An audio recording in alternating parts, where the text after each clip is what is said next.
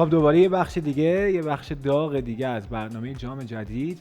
آقای فرجی سلام، خیلی خوش آمدید.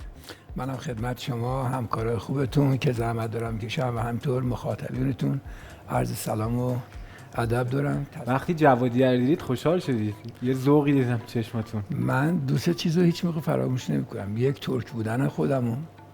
تو قبرم من به عنوان یه ترک میرم تو. آقای فرجی شما کمک مربی تیم ملی ایران بودید در جام ملت‌های 96. خدمتتون عرض کنم تیم ملی ما بعد از انقلاب خیلی شرایط‌های خوبی داشته، میتونسته قهرمان بشه.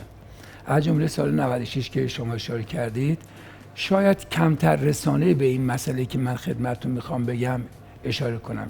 دوستانی که یه مقدار آشنایی به مسائل قرعه کشی و در واقع جدول مسابقات داشته باشن بهتر میتونن درک کنن حرف منو. هیچ جای دنیا هیچ مسابقه برگزار نمیشه تو مقدماتیات تیمی با کشوری همگروه باشه تا قبل از فینال با همدیگه دوباره بازی کنن، یا باید فینال بازی کنن یا برای رده‌بندی. ما وقتی توی 96 3 تا به عربستان تو گروه خودمون زدیم و رفتیم به کره 6 زدیم، چرا باید دوباره با عربستان بازی میکردیم قبل از که به فینال برسیم؟ ما همگروه بودیم با هم دیگه. اونجا اماراتی‌ها یه تبانی کردن، میزبان بودن، دیدن که عربستان 3 تا از ما خورده ولی 6 تا مثلا فکر کن به تایلند زده، عراق برده، چین رو برده. از این ورم ما همچین نتایجی داشتیم. دوست نداشتم ما باز کنن. دوباره با همگروهی خودشون که کویت بود بازی کردن، یکی از اینا برنده‌شون رفت فینال. ما دوباره با عربستان خوردیم که اون داستان پنالتی. چرا نبردیم عربستانو؟ ما که 3 تا زده بودیم به هم. خب اون روز عربا اونجوری بازی نکردن دیگه. اگر اونجوری بازی که حمله می‌کردن ما طبیعتاً تو ضد حمله بازم میتونستیم کنیم. خیلی با احتیاط بازی کردن. بازی هم مساوی شد یادتون باشه. یعنی آنالیز عربستانی‌ها نسبت به ما قوی‌تر بوده. بجز این شما اگه یادتون باشه آقای مظفری هم اینجا هستن میتونید بپرسید شما. رو آقای خداداد عزیزی دقیقه 20 رو حمید استیلی یه پنالتی شد. گل سالم آقای عزیزی هم داور نگرفت. داور القندوم مصری بود. بعد از اون مسابقات محرومش کردن. ما با یک کشور عربی داریم بازی میکنیم، باید یه داور مصری عرب باشه. اینا مواردی بود که بعداً ایشون محروم هم شد و در واقع دست به دست هم داد اون تیمی که عنوانای آورده بود که هیچ موقع دیگه تکرار نشد. یک، ما کاپ اخلاق گرفتیم. هیچ موقع بهش نپرداختن. کاپ اخلاق توی کشور عربی و اون موقعیتی که فراهم بود ما کاپ اخلاق گرفتیم به خاطر رفتارهایی که ما اونجا انجام دادیم، بچه‌ها و کادر. بهترین گلزن آسیا علی دایی شد، بهترین بازیکن آسیا آقای خدادادی شد. جام سومی رو ما گرفتیم. 7 جام توزیع میشه. بهترین دروازه‌بان، بهترین مهاجم، بهترین بازیکن، بهترین تیم از نظر اخلاق و اول دوم سوم. 4 تا شما گرفتیم. آقای گلی بهترین بازیکن آسیا، کاپ اخلاق و جام سومی. تیم ملی کشورمون هم تو همین شرایط که من دارم می‌بینم واقعا شایستگیشو داره که قهرمان بشه.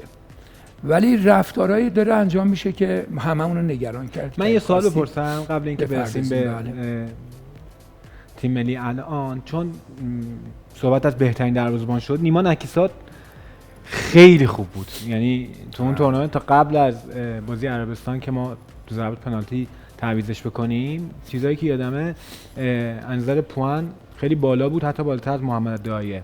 درست میگم یا اشتباه میکنم؟ میگم والا یادداشت کردم. عابدزاده، نکیسا، غلامپور، بشرزاد. خب از صحبت کنیم ازم. شو الان صحبت من حرفای آقای تو این برنامه شما نیما جان رو شنیدم. من نیما رو دوست دارم. فوق العاده هم نسبت به من محبت میکنه و شاید بیش از اندازه به منم احترام میذاره. جفتمون هم توی هیئت مدیره کانون مربی ایران عضو هستیم. توفیق داریم که بیشتر میریم. ولی من میخوام بگم نیما جان عزیز دل من، کدوم مربی توی 19 سالگی 18 سالگی جرأت میکنه شما رو بذاره دروازه تیم ملی؟ بعد شما به دوستان ما میگین آقای مالکان رو بیان اینجا بشونید. شما تحصیل کرده این قضیه هستید. چطوری به خودتون اجازه میدین مربی که شامت پیدا کرد 18 ساله شما رو فیکس تیم ملی بذاره، اونم در برابر آقای عابدزاده؟ البته فکر کنم سوء تفاهم شده ها. چیزی که من دیدم و دارم دکتر نکیسا بله. چیزی که گفتم ما از آقای مایلیکا هم گفت بیا اینجا بشینین ازشون بپرسید که من اگه منو میذاشتن تو بازی سوم که بازی چهارم بود اشتباه داره میکنه پنجم بود. خب چون ما با عراق بازی کردیم، با تایلند بازی کردیم، با عربستان بازی کردیم، با کویت هم بازی کردیم، کره جنوبی بازی کردیم، بعد با خود عربستان مجدد بازی کردیم، برای سوم چهارمی در واقع با کویت بازی کردیم. سوال نیما نکیسا این بود که چرا منو بازی چون توی فضای مجازی و بعضی از دوستان رسانه‌ای ما میگن که نیما نکیسا دلیل فیکس بازی کردنش تو اون تورنمنت این بوده که احمدرضا عابدزاده مصدوم بوده. آیا احمدرضا عابدزاده مصدوم بوده تو اون تورنمنت؟ من چند روز پیش آقای پنجری رو ستایش کردم، توی برنامه آقای خیابانی تشریف داشتن. بله. وسط قضیه به جایی رسید که من فرداش باشون تماس گرفتم و ازش تشکر کردم به خاطر اینکه گفت شما این موضوع دیگه پیگیری نکنید، بحث آقای دهداری و جریاناتی که استفاده بودن. گفتم محمد بسیار کار خوبی کردی که چالش نکردی و این قضیه رو چیز کردی. من به عنوان کسی که با تو هم دوره بوده، همزمان با هم دیگه سال 54 مسابقات جوان ایران با هم دیگه قهرمان ایران شدیم 54. از اون موقع با هم دیگه در ارتباط بودیم، در تیم‌های ملی و امید و اینا خیلی از مسافرت‌ها با هم بودیم، حتی کلاس بین‌المللی. من بهشون در واقع تشکر کردم که این کار نکرد. ولی الانم من مثلا چند وقت پیشم آقای عابدزاده یه چیزایی راجع به گریه کردنش تو رختکن با من اینا صحبت کرده بود. شنیدید؟ تو برنامه 90 پخش کرد. تو برنامه 90 یه چیزایی شنیدم. تو برنامه 90 ایشون یه صحبتی کرد، من کلیپشو دارم. صحبت آقای نکیسا هم به همون حالت اون چی که من تو ویدیو دیدم اونو من دارم میگم، ولی چیز دیگه قبلش گفته نمیدونم. من میخوام بگم که اولا کسی که شهامت پیدا میکنه 18 سالگی تو رو، آقای دکتر نکیسا رو، آقای فراد مجیدی 17 ساله، علی موسوی 18 ساله، مهدی کیا، میناوند و امثال اینا رو دعوت داروشی یزدانی 17 ساله دعوت میکنه به تیم ملی و تیم ملی اینا دیدی 10 سال حضور داشتن. بله. و به جای که بیان در واقع یه رو تقدیر و تشکر کنن کسی که این شهامت تو اون شرایط برای ما. آقای شریفی شاید جوونا ندونن، ما سال آخر سال 74 مربی تیم ملی قرار شد آقای مالکان بشه. من به عنوان رئیس تربیتانی شمال غرب بعضی ما میرفتم دفتر مشترک آقای مالکان رو میدیدم. آقای مالکان هم یه سری اسامی جلوشه، گفتم آقا اینا اسم چیه؟ با کراهت من گفت حالا چی؟ شما راستی بازی‌ها رو باشگاهی رو می‌بینی؟ گفتم آره بعضی‌ها می‌بینم. گفت اگه بازیکن خاصی دید یه یادداشتی کن ما یه خبر. گفتم چطور؟ گفت آقا مربی تیم ملی آقای داریوش مصطفی رئیس فدراسیون، نگو مسئول فدراسیون وزارت ورزش آقای هاشمی طباطبایی فارغی از ایشون می‌خواستن که سریعتر مربی تیم ملی معرفی کنه. ایشون از ادلاتی که از کی از آدمایی که اسمشون گنده بوده ولی هیچ موقع ندیدیم. آقای مالکان بهش مأموریت داده شد که همون موقع مربی تیم ملی بشه و تیم ملی دعوت کنه، چون اسامی رو دیده بود. سرمربی هم نبودن چون ایشون کننده کار بودن و در واقع اشرافش هم کمک مربی تیم ملی زمان آقای پروین بودن، دستیار آقای بهمن سالیانی برای تیم ملی جوانان بودن. ایشون قرار بود اگه مربی خارجی اومد شناخت نداره حداقل یه 10 بازیکن‌ها رو 30-40 نفر معرفی کنه که بعد ایشون تشخیص بده کی رو خط بزنه کی رو خط نزنه. که آقای مالکان با منم یه مشورت کرد و من اون لیست رو دیدم. بعدم که آقایون نیومدن خدای مالکان مسئولیت قبول کرد. در تمام این دوران بازی‌ها مقدماتی زمان آقای پروین که سرمربی بود با همین عنوانی که الان ما فردا بازی داریم، در تهران 0-0، در مسقط 0-0 رفتن تو سوریه توی بازی پلی آف در واقع توی کشور دیگه، ما یکیش با گل آقای درخشان بردیم صعود کردیم. میگفتن اینا اصلا گروه نمیاد بالا. ما 11 تا به نپال زدیم، به سریلانکا 12 تا دوران 4 تا به خود عمان زدیم، بعد رفتیم تو اونجا دوباره عمان رو بردیم. دوران حضور محمد مالکان خیلی خیلی طلایی شروع شد. خیلی طلایی. حالا کاری به اون بازی تلخ 2-0 قطر نداریم، ولی واقعا طلایی بود. جام ملت‌های 96 بسیار همین نداشتن. من اینو میخوام اشاره کنم، همین آقای مالکان که این نتیجه گرفته بود، شما روزنامه‌های متعدد بودن که میگفتن آقای اوتوفستر داره میاد، آره همچین چیزی، آقای آلفرد ریدر داره میاد، هر روز برای ما یه نفر می آورد. آره از بحث رو نشیم. الان ماهایی که شاید سنمون به اون موقع قد نمیده، نیما نکیسا یه چیزی رو انداخت تو ذهنمون. خب واقعا احمد رضا عابدزاده خیلی بالاست. یعنی من توضیح میدم الان خیلی شفاف. میخواستم با صلوات تمام کنم ولی الان دارم میگم به شفافگویی رکگویی تاریخ نمیشه تاریخ کتمان کرد. اولا نیما نکیسا تو خوابم نمیده تیم ملی ایران باشه، برای تیم ملی ایران فیکس بازی کرد و عملکرد فوق العاده ای داشت. با بودن بهزاد غلامپور 50-60 بازی ملی داشت. عابدزاده و آقای غلامپور با هم چالش داشتن کی فیکس باشه. حالا تو این مسابقه جلال بشارزاده سابقه ملی داره و دروازه‌بان دیگه، حالا نکیسا و آقای طباطبایی به عنوان جوونا برای آینده ما آقای مالکان دعوت کرده بود. حالا بیاد فیکس دروازه تیم ملی بشه، قطعا یه مقدار علرغم که خیلی تلاشی خوبی داشتن، خیلی تمرینای در واقع فشردگی که ما داشتیم از پس همه برنامه‌ها برمی‌آمدن، ولی تو همون شرایط من اینو به شما بگم که اگر آقای عابدزاده مریض نمی‌شد، عابدزاده تو دروازه وام ایستاد. من از نظر من نظرم عابدزاده بود. پس بازی کردن نیما نکیسا دلیل اصلیش مسئولیت احمد رضا بود. بس آقای مریض بود، بیماریشون بود، بیمار بود، تب و لرز کرد از ابتدای تورنمنت، از روز شب بازی تب و لرز کرد. اصلا حالش انقدر بد بود که برای غذا ما از دوستان مثل خاکپور خود ما غذا بردیم براش تو اتاقش. اون بازی آقای نکیسا واسطاد، ما 2-1 از عراق خوردیم اگه خاطرتون باشه. 4 روز بعد بازی داریم با تایلند. آقای احمد رضا عابدزاده داره تمرین میکنه که آماده شده، الان حالش خوب شده، دکترها رسیدن و داره آماده میشه که تو این بازی ما بذاریمش.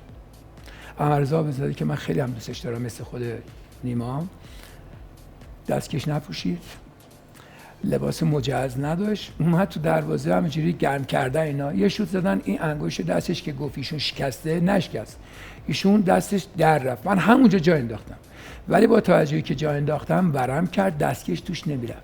اون بازی هم اجباراً عابدزاده وانست داد، ما تایلند رو 3 تا زدیم. حالا بازی عربستان تردیده، یه بازی رو باختیم یه بازی رو بردیم. ما با عربستان که یه تیمو 6 تا زده، یه تیمو 2 تا زده و یه همچین حالتی داره، نگرانیه. نه عابدزاده خودشو یه جور آماده نشون داد که بره، نه ما دیگه راغب بودیم عابدزاده بزنیم، چون آقای نکیسا عملکردش خوب بود. بله. نذاشتیم، اون بازی هم 3 تا زدیم.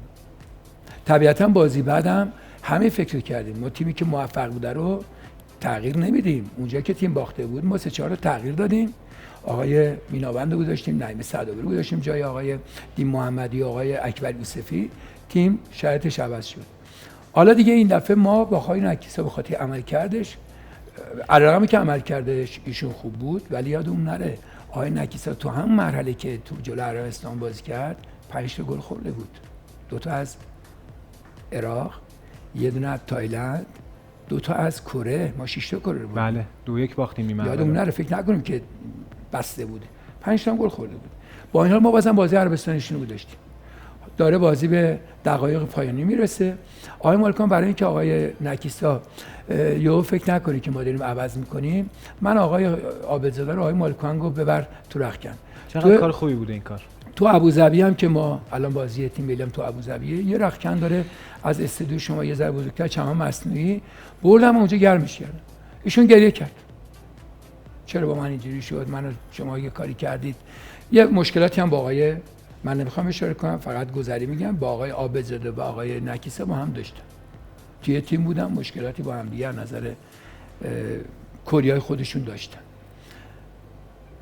ناراحت شد. من با آقای عابدزاده گریه کردم. بهش گفتم احمد رضا اون روز تو مریض میشی، آدم مریض تو دروازه کسی نمیذاره. 3 روز دیگه که ما شما رو آماده داریم میکنیم، لباس مناسب نپوشیدی. بابا اندر تپ میکنن، تپ دستکشا رو دستا رو میبندن، چسب میزنن دستکش، تو با دست خالی اومدی، با یه شوت رفتی دوباره اونور. خب تیمی هم که برده عوض نمیکنه. حالا من میخوام ایشونو تحریکش کنم، آماده کنم که بره تو زمین، اون اتفاقی که ما میخوایم بیفته، یعنی پنالتی بگیره و 2 تا هم گره بلق. بله. ولی متاسفانه آقای دایی و خاکپور آقای داریوش یزدانی خراب کردن که ما رفتیم برای بازی 3-4. اون بازی هم عابدزاده هم گریه کرد، منم گریه کردم باش، ولی ما آمادهش کردم. دروازه‌بان الان توی مسابقات بین‌المللی با یه پنالتی تیمو برنده میکنن. عابدزاده 2 تا پنالتی گرفت، ولی که از اون بر ما هم خراب کردیم. الان که ما همه تمرینات پنالتی تمرین کردیم و کسایی هم که پنالتی زدن جزو بهترین نفرات ما بود. بازی با کویت هم که فیکس بود کلا آقای دیگه آبزاده. وقتی دیدیم که آقای آبزاده 2 تا پنالتی گرفته، مشکلی هم نداره، طبیعتاً این شانس رو بهشون دادیم. پس انتخاب کادر فنی تیم ملی در جام ملت‌های 96 انتخاب اولش اول ما شما تردید نکنین. آقای عابدزاده بود، من اسامی رو هم نوشتم. عابدزاده، نکیسا، طباطبایی و آقای معمار از لیست ما خارج شدن. بعد الباقی، پیروانی، استرس فلاحت زاده و خاکپور و میناوند، سعداوی، دین محمدی، یوسفی، میرزا سواری، استیلی، محرمی، باقری، یزدانی، منصوریان، عزیزی، موسوی، مهدوی که داییم بازیکن‌ها بودن تو تیم بودن. چقدر ما جوونا کیف می‌کنیم خاطرات گذشته رو می‌شنویم و واقعا با اینکه نبودیم ببینیم قشنگ. من خیلی بچه بودم این می‌دیدم، یادم نیست خیلی زیاد، ولی کیف می‌کنیم هنوز با اینکه نزدیک 21-2 سال گذشته حرفای اون موقع جذابه. بهترین خاطره اون تیم ملی در سال 96 چی بود برای شما؟ اولا صمیمیتی که ما داشتیم. این گریه کردن امرزا آبزاده با این این خودش قول روحیه بوده. حالا همین امرزا به شما بگم، شما بازی رو نگاه کنید، نیمکت تیم ملی هم نگاه کنید. ما با هر گل می‌زدیم امرزا از اونها دیگه بیشتر خوشحال می‌کرد. یعنی نیمکت اینجوری بود. امرزایی که برای خوشیالی بودش و از نظر من بهترین دروازه‌بان تاریخ ایران بلا شک من خودم دروازه‌بان بودم. بله. فرق من با نکیسا تو این جمله است که آقای نکیسا دکتر داره میشه، استاد داره میشه و مطمئنم معلم خوبی خواهد بود. به عنوان کسی که یه ذره سنش از ایشون بیشتره، همه مراحل من طی کردم. من یه روزی عکس‌های آقای حجازی رو آرزو داشتم پشت کتابام باشه، یه امضا هم آقای حجازی داشته باشه. گذر زمان گذشت، ما برای انتخابی المپیک مسکو رفتیم سنگاپور. دروازه‌بان تیم ملی من بودم، آقای حجازی سومون نداشت. من آقای حجازی هم اتاق شدیم. من از سال 55 تیم ملی ایران دعوت شدم با 21 سال سن. بله. اون موقع دروازه‌بان خیلی سخت می‌اومد اینجا، مثل ما نبود که 2 تا دروازه‌بان زیر 20 سال بیاریم. آقای مالکو همچین شهامتی داشت. ما تو دهکده المپیک که اردو ما بود، آقایون دهکده المپیک تو آپارتمان تو اتاق ما میخوابیدیم که فقط یه تخت داشت، یه عسلی، آینه نداشت خودمون ببینیم، باید میرفتیم تو دستشویی خودمون میدیم، یه صندلی، یه میز. تلفن تو اتاقا نبود، تلویزیون نبود. تلویزیون طبقه زیرین تو یه اتاقی بود، اتاق نشیمن که مثلا می‌خواستیم بریم نهار، بریم تمرین، اونجا میشستیم، گفتم ماشین اومده. با این امکانات ما اونجا با آقای حجازی ما تمرین و اتوبوس اینور با هم بودیم، ولی هم اتاق نبودیم. تو سنگاپور آقای حسن عبی مربی تیم ملی، منم با آقای حجازی هم اتاق کرد. من اولین جمله‌ای که با آقای حجازی گفتم، خدا رحمتش کنه، چی بود؟ گفتم ناصر خان، یه روز من آرزو می‌کردم که پشت جلد کتابم که عکس شما بعد دروازه‌بان دیگه بود، شما امضا کنید. همچین روزی من تو خوابم نمی‌دیدم که من الان در کنار شما دارم توی اتاق میخوابم و فردا بازی تیم ملی ایرانه، معلوم نیست آقای حبیبی منو بذاره شما رو بذاره. من این موضوع هیچ موقع فراموش نمی‌کنم. الان 20 و چند هست که 30 و خورده سال از این موضوع گذشته دارم تعریف می‌کنم. بازم خواهم گفت. تفاوت اینجاست که آقای نکیسا شما با آقای عابدزاده رو اگه مشکل دارین حل کنید. امرزا عابدزاده با اون مشکلات که به وجود و من مطمئنم تو هم ناراحت بود براش. الحمدلله برگشت به زندگیش و سر زندگیش هست. ولی الان تو مراتب تحصیلی تو موفقیت تو روز به روز داره بیشتر میشه. به جنبه‌های مثبت این قضیه توجه کن و اینکه شما تو 19 سالگی دروازه‌بان بودی که 5 تا برای تیم ملی ایران بازی کردی. برای من همچین فرصتی و خیلی از دوستان شما مثل طباطبایی و دوستان دیگه فراهم نشد. خیلی عالی. اگر نیما نکیسا عزیزم داره میبینه برنامه رو و دوست داره توضیحاتی بده تا کاملتر بشه صحبت های فریاد چیران، ما استقبال میکنیم ازشون. شما مطمئن بدون من یک کلام جابجا نمی‌کنم. اگر این بهزاد غلامپور رعایت مقررات اردویی رو میکرد، دیر می‌اومد سر تمرین. حالا یه مشکلاتی داشت، کاش به ما میگفت. وظیفه ذاتی و عاطفی انسانی ما حکم میکنه که ما مشکلات رو بدونیم. وقتی ما نمیدونیم، تأخیر با تأخیر میومد. شما میدونید خیلی با تأخیر خط خوردن. رضا شاهرودی، آقای رضا جواد زرینچه غیبت کرد، بعد مدعی شد که من پام مصدوم بود، اینا به من رسیدگی نکردن. خب شما از اردو تیم ملی رفتی به ما نگفتی. ما خب پزشک داشتیم، جا داشتیم، امکانات داشتیم، نگفته بود که بعد ما فهمیدیم رفته بود زبان اصفهان. متاسفانه من مسئولیت داشتم موقع تو زبان اصفهان. آقای شهنازی رئیس هیئت مدیره باشگاه زبان مثل همیلان بود، بنده مشاورشون بودم و رئیس کمیته مربیانشون. بعد خبردارشون که ایشون رفته از کشاورز، از استقلال رفته بود کشاورز، از کشاورز رفته بود اصفهان قرارداد بسته بود با آقای ابطحی. بعد به سرانجام نرسید که برگشت اومد تو استقلال. اون موقع ما فهمیدیم یکی اولین نفر ایشون خط خورد، بعد آقای غلامپور خط خورد به خاطر تأخیر در ورود تو تمرینات، بعد آقای سعداوی و آقای، یعنی اگر که آقای غلامپور تأخیر قطعاً نمی‌داشت آقای غلامپور بازی دروازه‌بان اول یا دوم ما بود. آقای نکیسا میرفت سوم چهارم. پس دلایل تردید فیکس بازی نکنید. کردن نیما نکیسا: 1 بیماری احمدرضا عابدزاده، 2 خط خوردن غلامپور. بله خیلی شانس داشته. پس من دارم میگم. سوال آخرمون تو این بخش بعدی راجع به فوتبال در حال حالی که دارم حاضرمونه. میگم نکیسا فوق‌العاده با طباطبی بی‌نظیر کار میکردن. نظر من این بود آقای مالکان مثلا نظرش سرمربی اینجوری نیستیم که ما وقتی یکی از دلایل استمرار رفاقت من با آقای مالکان، من با آقای مالکان تو همه زمینه‌ها اختلاف دارم. باور میکنید؟ باور نمی‌کنم. به جان بچه‌ام تو همه زمینه‌ها.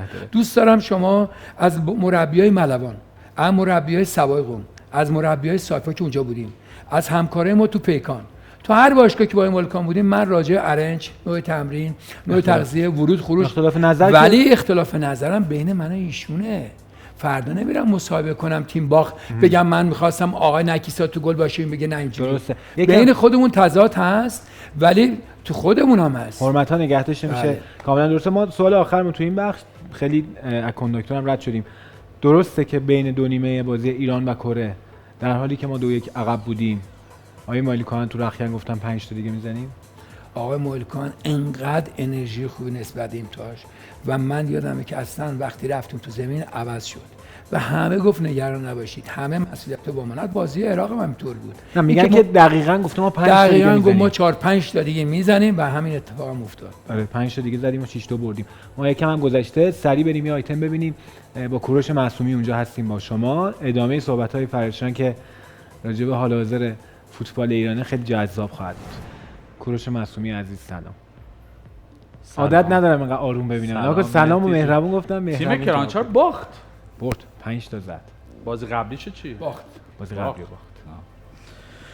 عرض به حضور شما که من داشتم خیلی لذت می‌بردم از صحبت‌های نوستالژیک جناب فریاد شیران. اینا به سن و سال مهدی نمیخوره های فریاد شیران. اینا که شما میگی برای ایشون یه فیلم تخیلیه.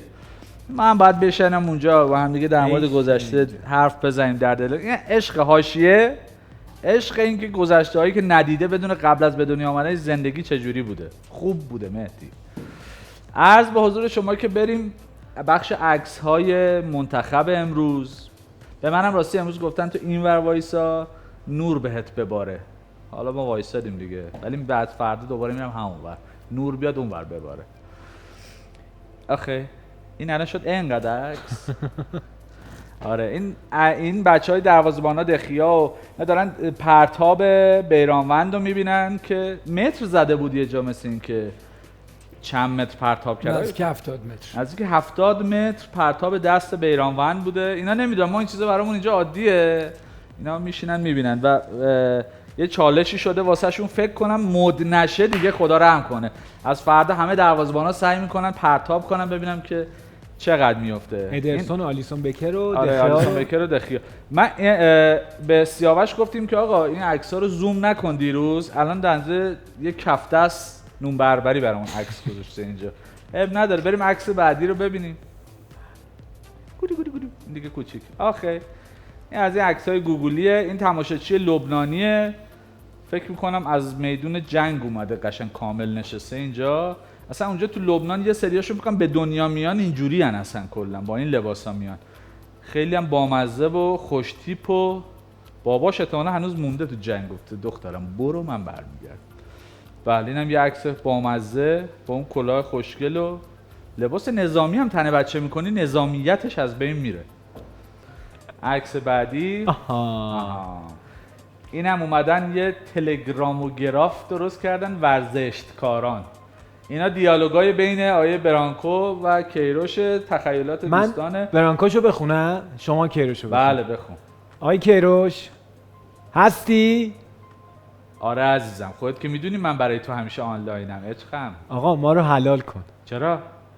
من رو حرفا راجع به سفر پرسپولیس به ژاپن با هواپیما فکر کردم. خب نتیجه؟ هیچی دیگه، فهمیدم همه ما تا امروز اشتباه میکردیم. جدی؟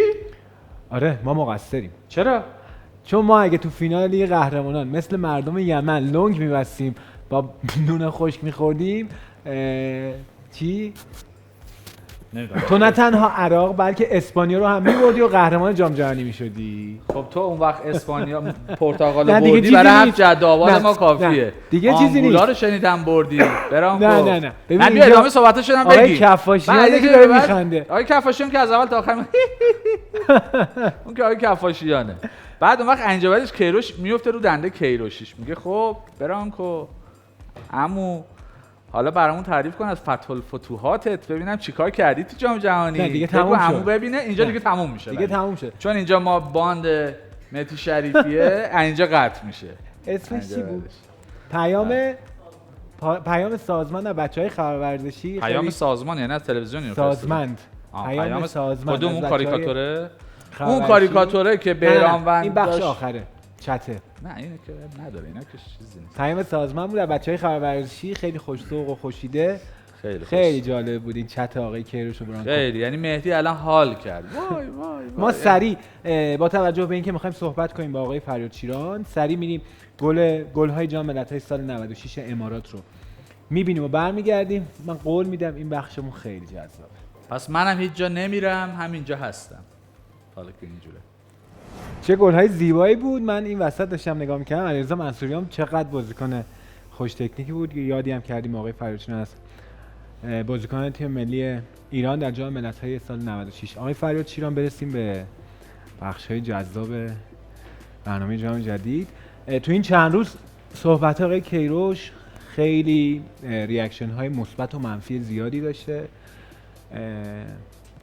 خیلی صحبت شده این که تو این 8 سال آقای کیروش هیچ مقامی برای تیم ملی ما نیاورده، اما نباید فراموش کنیم که ساختار دفاعی درست کرده کاروش کیروش برای فوتبال ایران که واقعا ساختاری است که همه ازش، هم منتقدین هم اونایی که موافق آقای کیروشن تعریف میکنن. ساختاری که میتونه مقابل اسپانیا بازی کنه و خیلی سخت بشکنه، مقابل پرتغال همینطور، و الان هم داریم میبینیم که گل نخوردن داره میشه عادت برای تیم ملی ما و ما مردم تو پیش بینی‌ها معمولا میگیم 2-0 میبریم، 3-0 میبریم یا 1-0 میبریم، یعنی گل انتظار نداریم که تیم ملیمون بخوره. شما نظرتون چیه؟ به نظرتون آقای کیروش چه تأثیری داشته تو فوتبال ایران؟ ببینید اولاًش من راجع به آقای کیروش صحبتایی بکنم. تردید نکنید شما هیچ کس نمیتونه رزومه آقای کیروش رو مخدوش کنه. آقای کیروش یه رزومه‌ای داره مشخصه. مربی تیم ملی اسپانیا بوده، پرتغال بوده، مربی رئال شده، اونجا موفق نبوده. با آقای فرگوسن تو منچستر عملکردش خوب بوده، راضی بودن ازش. تو امارات 1 ماه 2 ماه بیشتر نبود اخراج میشه، تو افریقای جنوبی اخراج میشه. ولی تو ایران به دلیلی که ما خواسته‌هامون ازش معین بوده. امروز من تو حرفای آقای تاج یه چیزی شنیدم، ما باید با آقای کیروش تو قراردادمون یه چیزی مینوشتیم که ایشون خارج از حیطه وظیفه‌اش صحبت نکنه. این وظیفه من و شماست یا شما که رئیس فدراسیون هستید تو بندی از قراردادهای آقای کیروش قید کنی که خارج از حیطه وظایف سازمانی اداریش نباید صحبت کنه. امروز دیدم که ایشون داره این حرفو در واقع میگه باید ما این کار میکرد. پس 8 سال شما چی کار میکردید؟ خواب بودید؟ آقای تاج من یادمه من همه مقصرها رو تو این زمینه سوء مدیریت تو ورزش به خصوص تو فوتبال میدونم. کیروش داره در واقع داره استفادهش رو به صورت بهینه و سازمان یافته و با تیم حامی خودش که از همکارای شما و رسانه و اونایی قلم دارن و اونایی که فکریمون دارن انجام میده و کارش هم میکنه. ایرادم به اون نمیگیرم من، چون براش مهم نیستش. من ایراد از زمانه میگیرم آقای تاج با دوستانش نشسته برنامه برای سازمان لیگ نوشته. آقای تاج به عنوان سرمربی تیم ملی میاد برنامه رو میبینه. آقای کیروش آقای کیروش میاد برنامه سازمان لیگ رو میبینه. یادتونه چه برخوردی کرده بوده با این صحبت‌هایی که کرده بودن؟ چیزای تاریک تو ذهنم هست. ایشون میگه که این برنامه رو راننده سازمان لیگ نوشته. اولین بی احترامی به نایب رئیس فدراسیون فوتبال و رئیس سازمان لیگ که آقای تاج باشه همینجا اتفاق میفته. اونجا ایشون رو در حد راننده لیگ میاره، بعد اون برنامه رو که چند صفحه بوده میگیره پاره میکنه میندازه تو سطل آشغال. سرمربی تیم ملی، سازمان لیگ، نایب رئیس فدراسیون فوتبال جلو همه میندازه تو سطل آشغال. این اولین و خطاهای متعدد دیگه ما دیدیم ازشون. ایرادم گفتم از مدیریت ماست. توی مرحله بعد میگه که مصاحبهش شنیدید که من رفتم تو اتاق آقای کروش تو فدراسیون فوتبال، در رو بستم، من آقای کروش گفتم من با تو امروز با تکلیفم رو روشن کنم، یا من اینجا میرم بیرون جنازه من، یا نعش تو اینجا میره بیرون. صحبتایی که بین ایشون نقل به مضمون از خود آقای تاجه تو رسانه‌ها چاپ شده. یعنی شما شأنتون این بود آقای تاج برید تو اتاق اون قلم دارین شما با یه نامه، با یه محرومیت، با یه فسخ قرارداد با قلمت باد بزنی. ولی کیروش خیلی محبوب بوده بین مردم. یعنی اگه آقای تاج اگر برخورد می‌کردن بعد پاسخگوی مردم می‌شدن. رفتاراشو ببینید، بعد اگه مردم مطلع باشن بدونن که در واقع ایرانی داره اینجا تأخیر میشه، ولی اینکه یه مدیر نالایقی باشه ولی آقای تاج هم باشه برخورد میکنن مردم. ما خیلی تو این زمینا تعصب دارن. نمونه این نامه‌ای که مصاحبه که آقای کیروش کرده، من اون بخشو بگم اول. تو صحبتاش منو یاد فیلم گوزنای سید معروف بهروز وثوقی میندازه. میگه من در رو بستم گفتم باید امشب تکلیف من روشن بشه، یا جنازه من میره یا نعش تو میره بیرون. این حرف آقای کیروش زدن؟ تاج گفت اینو به کیروش؟ به کیروش تو رسانه‌ها چاپ شده. اگه من اشتباه میکنم دوستان میان بگن اینو من نقل به مضمون از گفته‌های آقای تکلیفم رو اون روز رفتم رنگ رو آقای کیروش پریده بودم، من این کارو کردم اون کارو کردم. به نظر من میدونی چه جوری بوده؟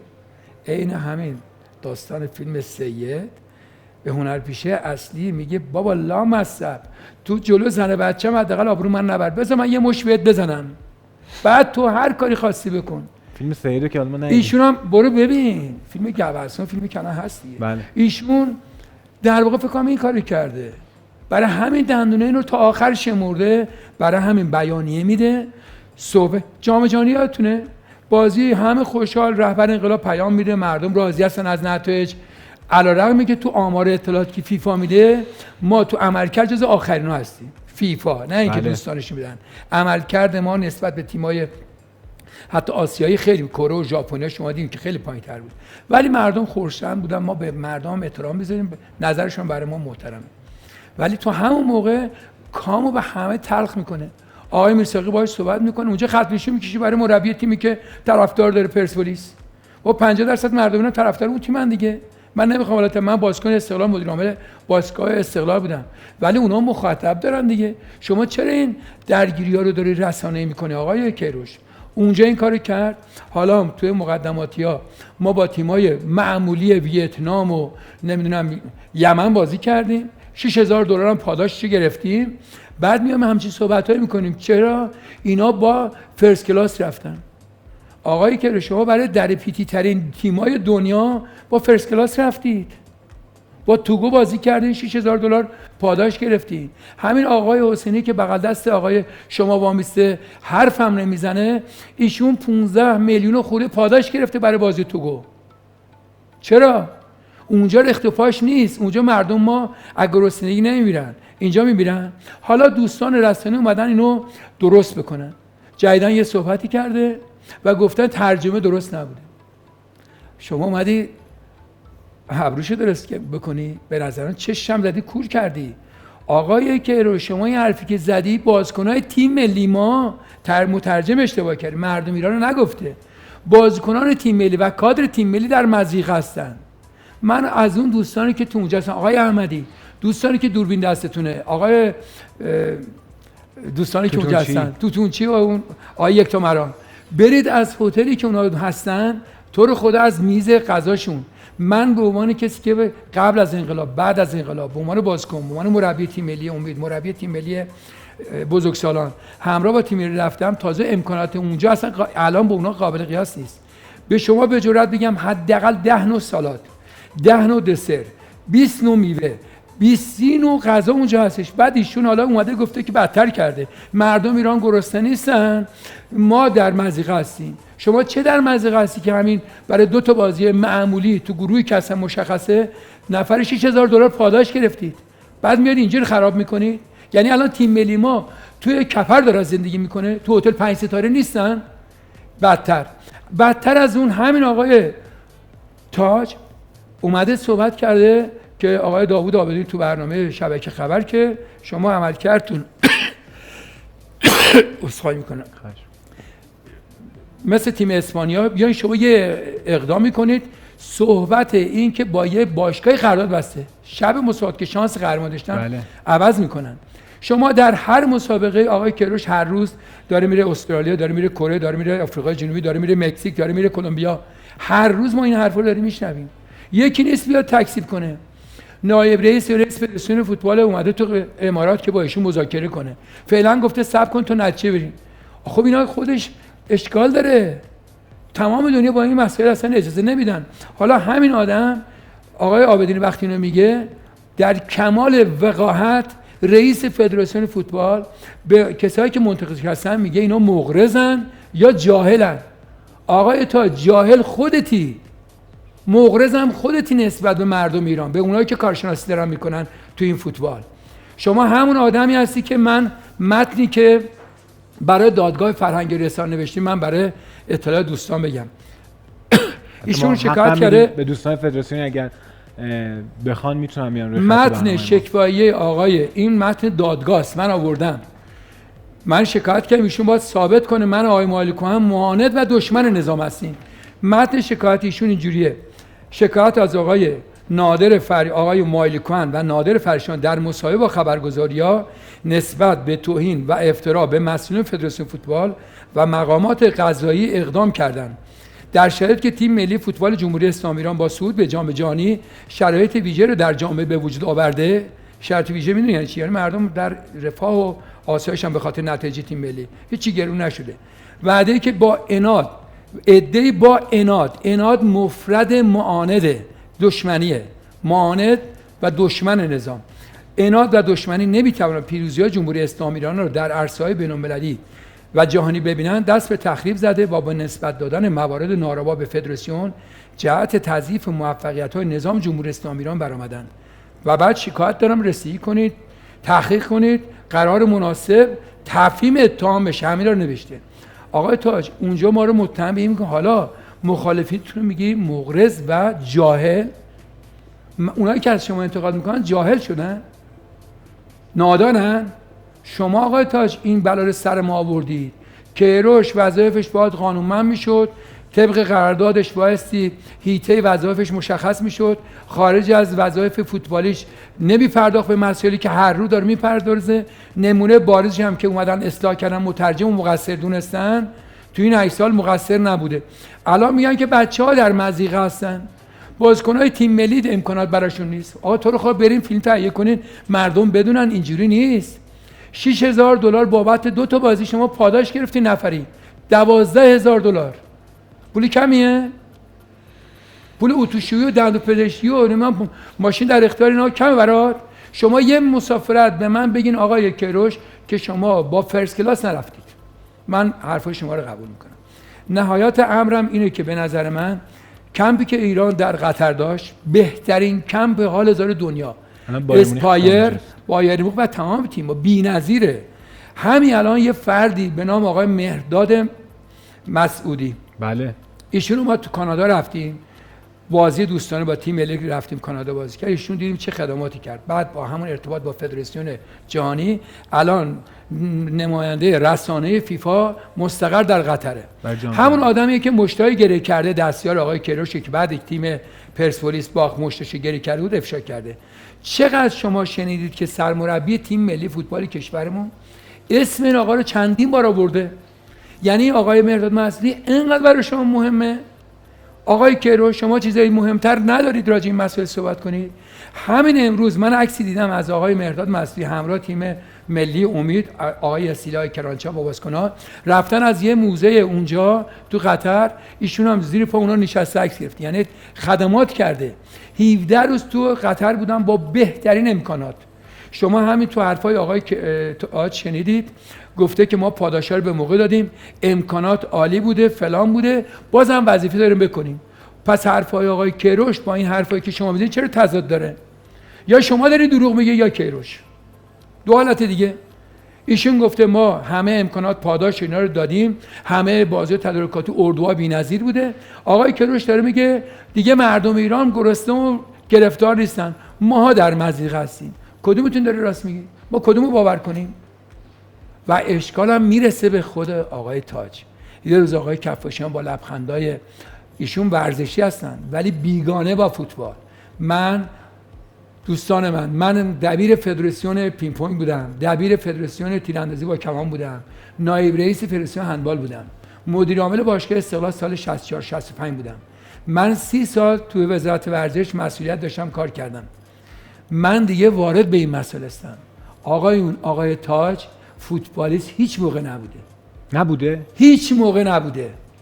آقای رضا تاج فوتبالیست تیم سپاهان بوده، پسر عمویشون. آقای مهدی تاج هیچ موقع فوتبال نبودن. آقای اسلامیان، آقای ساکت، آقای تاج، خود آقای کفاشیان، آقای رو نماینده‌ای که خوابید، بازرسی کل کشور، مگه اینا بازنشسته نیستن؟ تو امارات دارن چی کار میکنن؟ چه مسئولیتی دارن اینا؟ مگر آقای ساکت استفاده نرفتش؟ الان چی کار است برای اردوی تیم ملی؟ آقای اسلامیان همینطور، آقای تاج همینطور، آقای کفاشیان همینطور. بعد به مردم یه چیزای دیگه میگی؟ اشکال من از آقای وزیر میبینم. آقای سلطانی فرد، من به عنوان کسی افتخار داشتم با شما حداقل با تیم ملی ایران 2-3 تا مسافرت خارجی زمانی که قائم مقام وزارت ورزش با هم دیگه بودیم. انتظار من از شما این بود که جلوی این در واقع زیاده خواهان آقایونو بگیری. یه سوال، فدراسیون فوتبال زیر نظر فیفا است یا وزارت ورزش؟ فدراسیون فوتبال قطع و یقین زیر نظر وزارت ورزشه، ولی طبق قوانین فیفا داره باید فعالیت کنه. جایی که بودجه میگیره کجاست؟ الان پاداش تیم ملی رو مثل آدمایی که پول قاچاق میکنن، آقای داورزنی با یه چمدون پول رفته توی فرودگاه دبی گرفتن، گفتن این پولا رو داری کجا میبری؟ با رایزنیایی که شده از طریق دولت، از طریق سفارت، این پولا رو یه جور از بازداشتی در بردن، رفتن دادن پاداش به بازیکن‌های تیم ملی و آقای کیروش که صداش در نیاد. همین آقای کیروش بازی با عراق رو نیمکت تیم ملی قرار بود نشینه، تهدید کرده بود تا پاداش ندید. من چون چند جای دیگه این خبر از کجا در اومده؟ آقا من دارم به شما میگم، من هر جا دروغ گفتم بیا میگن خلاف. منم شنیده بودم روزی که افشین پیروانی الان داره راجع آقای کیروش چیزایی میگه که من اینجا اصلا خوشم نمیاد از این حرفا. آقای افشین پیروانی اون موقع که سرکاری اینا رو بگو. آقای ساله، شما که الان داری میگی تعریف میکنه تیم ملی مثل مجید جلالی، تیم ملی همه چیش خوبه عالیه، شما همین آقای کیروش شما رو انداخت بیرون. آقای نمازی، شما که رفتی به امریکا بعد انتقاد کردی، چرا اون موقع هستی ایراد نمیگیری؟ مثل من که دارم با آقای مالکان تو خیلی زمینا ایراد به خودش میگم، ولی ایشون سرمربی تیم ملی نظر میده دیگه، بر من حجته دیگه، من بحث نمیکنم.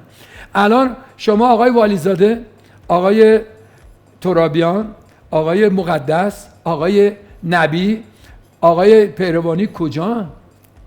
که آقای ساکت الان جرأت داره نسبت به حرفایشون چی کار است اونجا؟ اگر به عنوان دبیر فرستون رفته، چرا اجازه میدی این حرفا رو بزنه؟ برای چه اصلا شما رفتید؟ ما حرفمون ایناست. کیروش هم حق داره با این آدم‌ها همچین رفتاری کنه. با همین حرفا من به عنوان یه ورزشی آرزو میکنم تیم ملی کشور ما به خاطر دل مردم ان شاءالله قهرمان بشه. ولی این رفتار کیروش هیچ موقع ما نمیبخشیم. تحقیر ایرانی، امریکا نتونست این غلط با ایرانیا بکنه. هر چی ما بلا آوردیم سر خودمون داریم میاریم. حالا یه آدمی که یه موقع اومده بوده تو جنوب ایران مستعمره کرده بوده، ایشون هنوز فکر میکنه اونجوریه. امریکا تو این مملکت نمیتونه نفوذ کنه. ما هر چی بلا از خودمون داریم سر خودمون میاریم. امریکا نمیتونه واقعا غلط کنه، ولی کیروش هر کاری دوست داره با ما داره میکنه. متاسفانه. چرا؟ مدیرای ما آدمای قاطعی نیستن. بلد نیستن این کارو بکنن. اگه یه ورزشی بود داشت من یه جمله استفاده که من اصلا نمیخوام از این جمله استفاده کنم، ولی مطمئنا یه آدم ورزشی بود مطمئن باشه ایشون عضوش رو میخواست، ردش میکرد، دیپورتش میکرد، اخراجش میکرد، یه برخورد میکرد. الان اومده هر کی معترض میشه مغرض و جاهل شما هستید آقای تاج. حالا ما متاسفانه زمانمون هم دیگه تموم شده کاملا. الان تو این زمانی که الان قرار داریم ما کمتر 24 ساعت دیگه محل 1/8 بازی داره تیم ملی با عمان. پیشنهادتون چیه به جامعه فوتبالی شما مطمئن باشید در حد 1 دقیقه اون بازیکن ما جلو همین عمان اولا بهترین شما هر کدوم از شما دوستان که 15 نفر هستین می‌بینید ما چجوری بازی می‌کنیم به این مرحله می‌رسیدیم. هیچ کدوم باورتون نمیشه که ما داریم با عمانی بازی می‌کنیم تو گروه خودش سوم شده. بعد تازه باید بازی برنده چین و تایلند بازی کنیم. یعنی ما تا نیمه نهایی جز 4 تیم قطعا رفتیم. این تیم باید قهرمان بشه. پیشنهادتون چیه؟ بعد حمله بشیم که من 3 ماه پیش صحبت کردم. کاش آقای تاج، آقای کیروش قبل از مسابقات گفت من پرچم سفید رو بلند میکنم. این پرچم سفید رو نگه می‌داشت. خودش عامل این تشنجه، خودش عامل همین حرفاست که شما دارین الان از من سوال میکنید. اگه این حرفا رو داشت شما از من سوال نمی‌کردید. ما به خاطر تیم ملیمون حالا یه سری صحبت‌ها شاید بازم در ادامه است. آقای کیروش بشنوید. به نظرتون ما رسانه‌ها به خاطر تیم ملی گوشامون رو بگیریم یا نه؟ نه. ما حرفامون رو باید بزنیم، ولی بازیکن‌های تیم ملی انقدر مطمئن هستن، با شرف و وطن پرست هستن، با تمام وجود بازی خواهند کرد و مطمئن هستم تیم ما شایسته اینو داره. تیم ملی ایران تیم ملی ایرانی و ایرانیه، تیم کیروش نیست. ما به خاطر ایران دلمون میسوزه و امیدوارم مسئولین جاهل به قول خودشون که به کارشناسا و منتقد جاهل میگن اونا عقلشون سر جاش بیاد و رفتاری کنن که متناسب باشه با شأن فوتبال کشورمون. خیلی ممنون. صحبت‌های بی پرده و شفافی رو شنیدیم از آقای فریاد شیران. افتخار دارید تشریف تو برنامه‌مون. من ممنون هستم. اگه تون صحبت کردم من آدم مهربونی هستم، ولی جدی تو این مسائل نباید ما شوخی کنیم.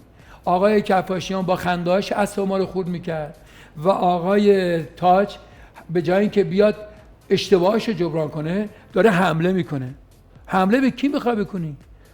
مغرض و جاهل به نظر من خودتون هست. کاش که وقتمون بیشتر بود و بیشتر صحبت میکردیم. آرزو و هدف همه ما قهرمانی تیم ملیه. ان شاءالله که حتما ما فردا عمان رو با یه پیروزی قاطع شکست میدیم. بریم یه بخشی رو ببینیم و نبینیم. آقای شریف عذرخواهی میکنم.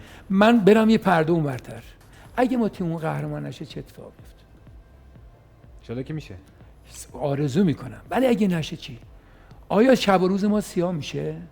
که انقدر ما خودمون بچسبیم قهرمانی. ما 3 دوره قهرمان شدیم، 3 دوره هم ما سوم شدیم، با افتخار هم سوم شدیم. مثل همین 96 که حق ما رو خوردن که ما اول نشیم. من میخوام بگم با این قهرمانی‌ها مردم ما به ذلت خاری به اوج و عظمت نمیرسن، به ذلت خاری هم نمیرسن. فوتبال زندگی نیست، بخشی از زندگی، اسمش هم بازیه. ما این بازی‌ها رو خیلی جا باختیم ولی شرافت و ایرانی بودنمون هیچ موقع ما حاضر نیستیم ببازیم. ما داریم با شرفمون، با حیثیتمون دارن بازی میکنن.